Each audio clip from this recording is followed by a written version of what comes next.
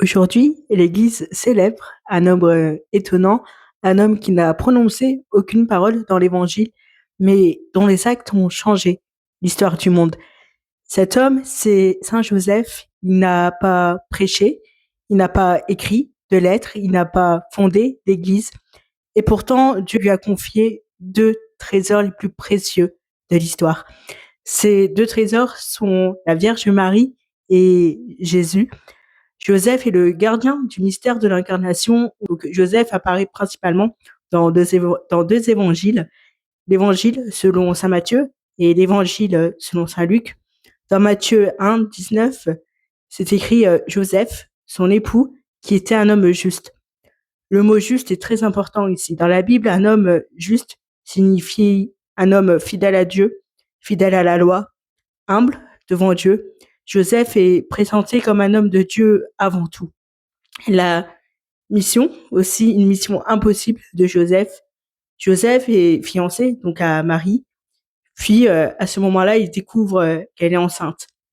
Dans la loi juive de l'époque, cela pourrait être considéré comme une faute très grave, mais Joseph ne veut pas l'exposer. Matthieu 1, verset 20, Joseph, fils de David, ne crains pas de prendre chez toi Marie ton épouse.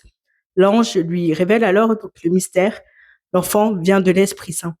Joseph accepte et cette acceptation vraiment change tout parce que c'est Joseph qui finalement introduit Jésus dans la lignée de David. Sans lui, la prophétie donc messianique ne serait pas accomplie. Joseph est le père légal du Messie dans la tradition juive. Le père est celui qui reconnaît l'enfant. Il devient donc juridiquement son père. Dans Matthieu, chapitre 1, verset 25, c'est écrit « Il lui donna le nom de Jésus ».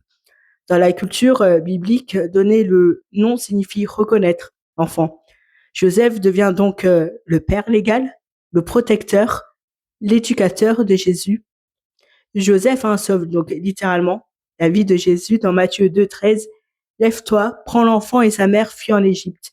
Il devient alors migrant, réfugié, protecteur. Il marche de nuit vraiment pour protéger l'enfant et sa mère, donc Marie.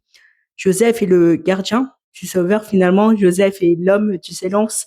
Il ne parle jamais dans l'Évangile et pourtant il écoute toujours Dieu. Il agit tout de suite, immédiatement. Joseph est charpentier dans Marc chapitre 6 verset 3. N'est-il pas le fils du charpentier? Joseph finalement apprend Jésus à travailler, à vivre dans la simplicité. Pendant 30 ans, Jésus vit dans la maison de Joseph. C'est Joseph qui lui apprend la vie humaine, finalement. Joseph, dans le catéchisme de l'Église catholique, on en parle dans le chapitre 532. Donc Jésus a vécu soumis à Marie et Joseph. Cela signifie vraiment quelque chose de profond. Dieu s'est soumis à un homme. C'est la grandeur de Joseph. Plusieurs saints ont une grande dévotion à Joseph. Par exemple, Sainte Thérèse d'Avila, Saint François de Sales, Saint Jean-Paul II. D'ailleurs, Saint Jean-Paul II a écrit un texte vraiment magnifique qui est Redempti Custos, ce qui signifie le gardien du Rédempteur. Joseph est le saint patron finalement de l'Église universelle. En 1870, un pape déclare que Joseph est le patron universel.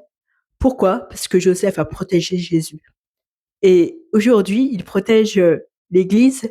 Joseph est la paternité. Joseph est le modèle du Père.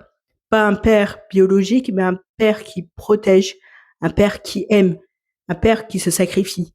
C'est un message très fort aujourd'hui, Joseph, dans le monde actuel, dans le monde moderne. Le pape, notre saint pape, donc François a écrit en 2020, Patrice Corday, qui veut dire avec un cœur de père. Joseph est un père courageux, tendre, protecteur, travailleur. Beaucoup de saints disent Joseph est l'un des plus grands saints du ciel. D'autres disent même après Marie, Joseph est le plus grand des saints. Parce que personne n'a été finalement aussi proche de Jésus sur terre. Les vertus de Joseph, c'est vraiment quelque chose qui incarne l'humilité, l'obéissance, la pureté, la fidélité, le courage. Il est le saint de la vie cachée et les chrétiens donc vraiment ont pris Saint Joseph pour le travail, la famille, la protection, la foi. Il est aussi d'ailleurs le saint patron des pères, des travailleurs, des familles. Joseph, encore une fois, n'a jamais prêché. Joseph n'a jamais fait de miracle. Joseph n'a jamais fondé l'Église, mais Dieu lui a confié son propre fils. Dans un monde finalement qui parle trop, Joseph vraiment nous rappelle quelque chose de très grand. C'est que la sainteté ne fait pas de bruit. Elle protège, elle aime, elle sert.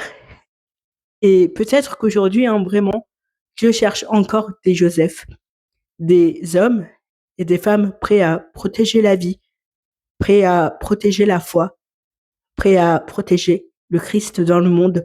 Saint Joseph, priez pour nous.